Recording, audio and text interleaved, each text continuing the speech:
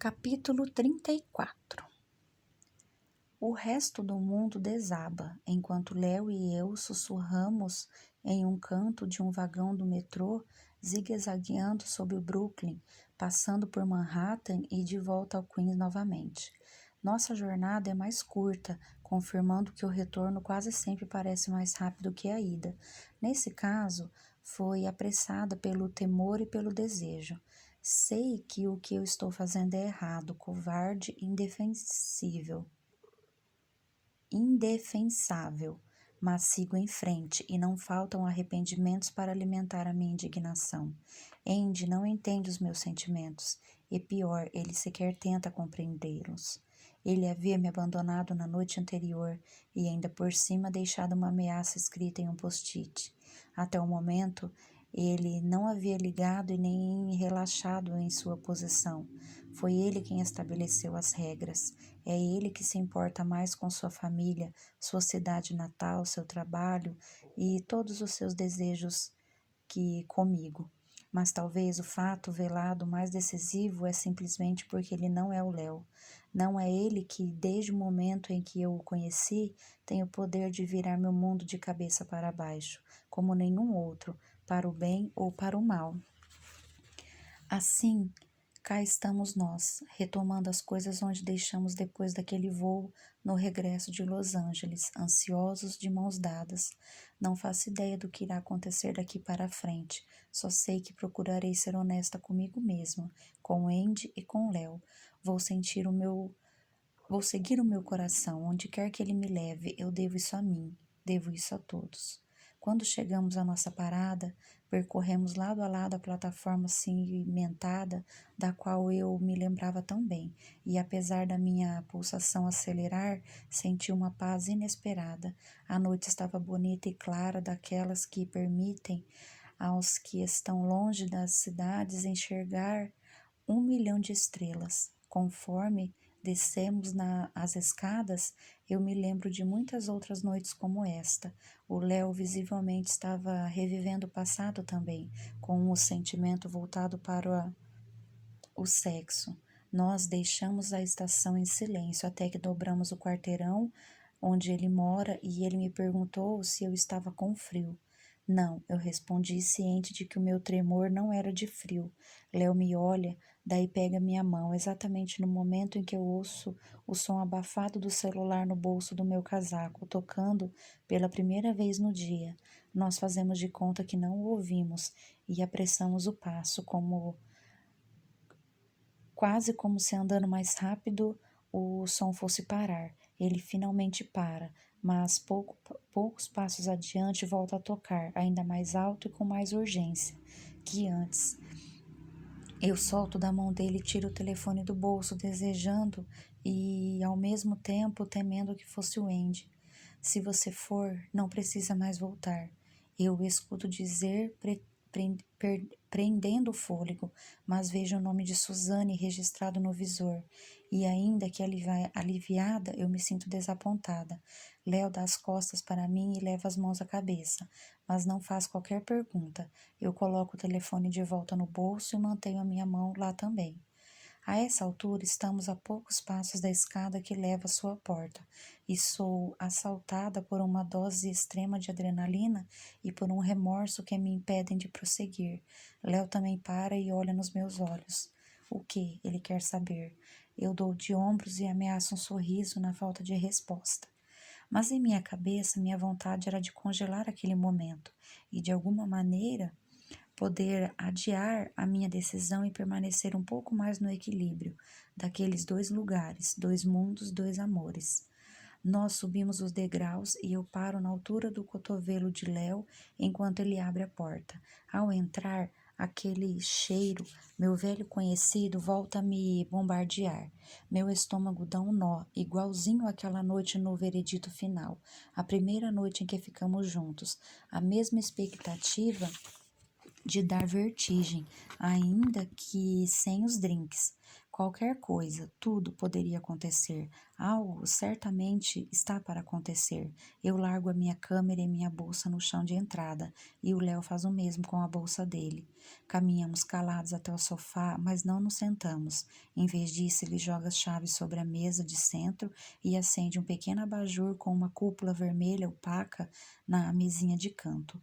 Léo espreme os olhos para enxergar o relógio e diz: temos reserva para daqui 25 minutos. Onde? Eu pergunto, ainda que não fizesse a menor diferença. Em uma cantina pequena que fica no Upper East Side. Ele arrisca, parecendo nervoso. Temos de nos apressar, ou será melhor ligar e deixar para mais tarde?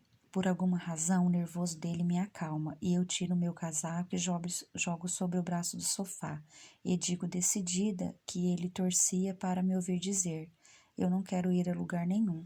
E ele obviamente concorda. Eu também não. Ele diz, estendendo a mão com a palma para cima, suplicando pela minha. Eu dou minha mão a ele e me entrego de vez, passando os braços ao redor da minha cintura. Seus ombros, peito, braços, tudo era tão quente, sólido, forte, melhor ainda do que eu podia me lembrar. Eu fechei os olhos conforme nos abraçamos mais apertado e começamos a dançar no ritmo de uma música imaginária, uma balada triste e lamuriosa, daquelas que fazem a gente chorar de repente, mesmo que não esteja com vontade de chorar.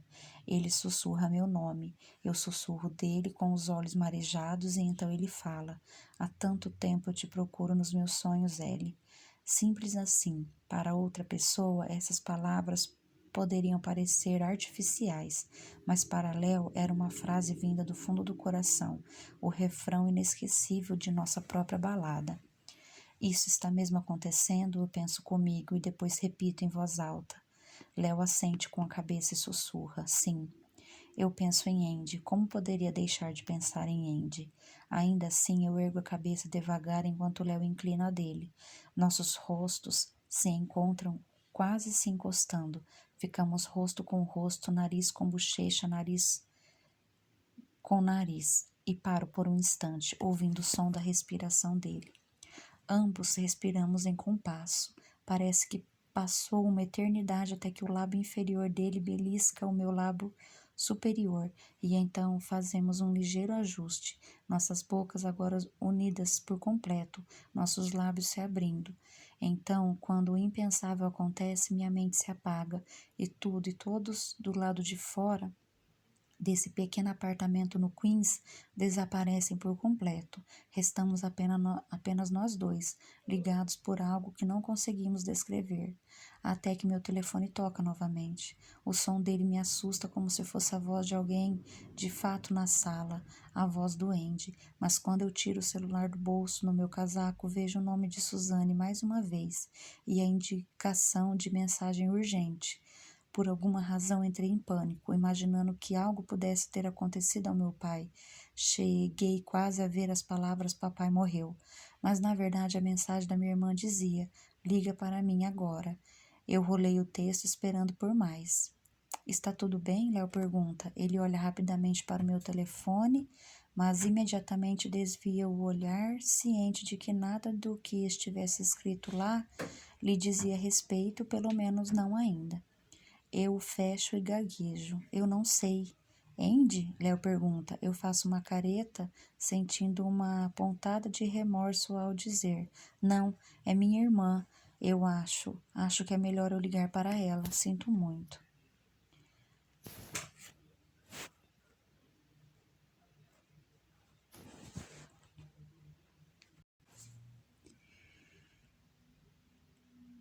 Sem problemas, ele diz, esfregando o maxilar enquanto se afastam uns 2 passos. Estarei por perto. Ele aponta para o quarto e então se vira para tomar o corredor.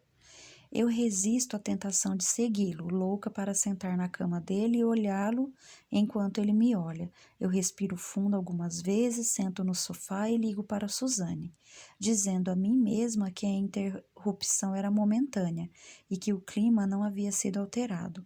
Minha irmã responde ao primeiro chamado e atende falando extremamente o que eu esperava.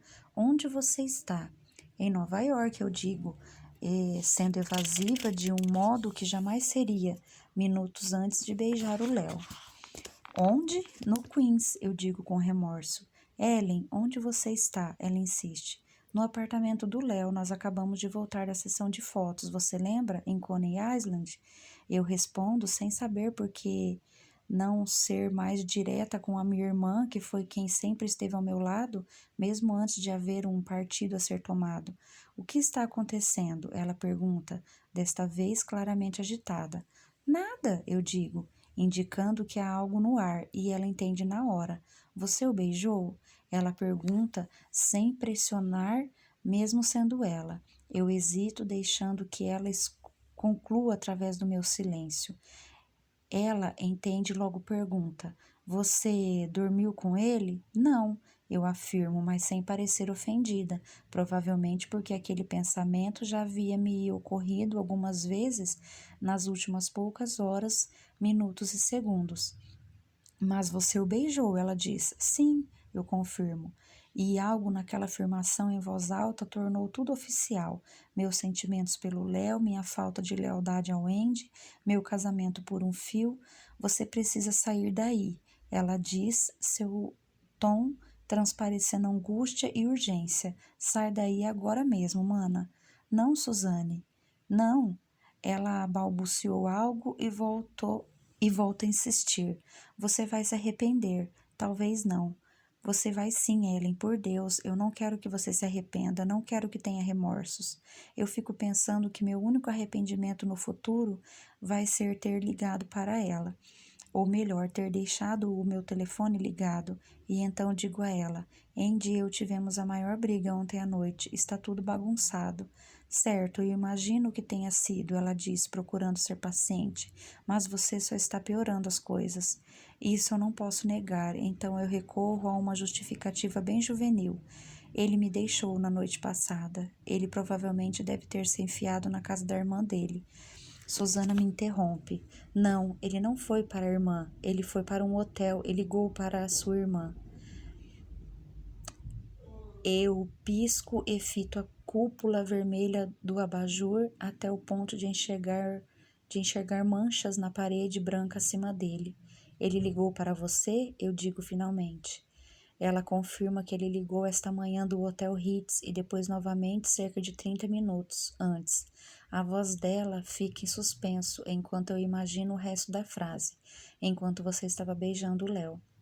O que ele disse? Eu pergunto completamente arrasada, adormecida. Ele está chateado, El. Está assustado e quer muito falar com você.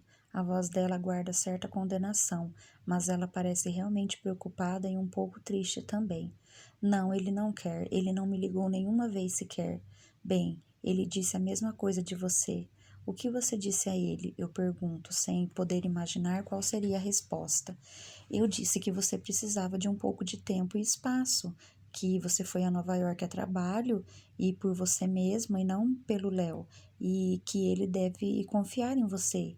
Eu olho para os meus sapatos, os dedos ainda molhados da chuva, imaginando se as coisas teriam esse desfecho se ele não tivesse me deixado, se não tivesse deixado aquele bilhete sobre a bancada. Era mesmo a conclusão natural ou não? Certo, Suzane argumenta. Não estou dizendo que o Andy é perfeito. Ele está longe disso. E você também sabe como eu me sinto sobre aquela baboseira toda egocêntrica da Margot. E por Jesus, eu continuo sem acreditar que ela escondeu de você que o Léo foi te procurar, mas o quê? Mas eles são a sua família e você tem sorte de ter uma família. Eu penso no meu pai e no quanto ele está envolvido com a vida e os filhos da Sharon. Depois penso no Vince, em como ele se recusa a assumir um compromisso mais sério com a minha irmã e em como deve ser solitário o mundo em que ela vive. E, logicamente, penso na minha mãe. Eu sempre penso na minha mãe. Você também é minha família, eu rebato, sentindo mais remorso que eu poderia antecipar. Eu sei, ela diz, e você é a família que eu tenho. Mas vamos, El, você entende o que quero dizer? Eles são uma família de sonho, de verdade. E eles te incluem em tudo, eles te tratam como se você fosse um deles, você é um deles. Eu fecho o olho lembrando do brinde que meu sogro fez no dia do nosso casamento com palavras que confirmavam isso, como a dona Estela me trata como uma filha e a Margot como uma irmã, mesmo antes de eu me casar com o Andy.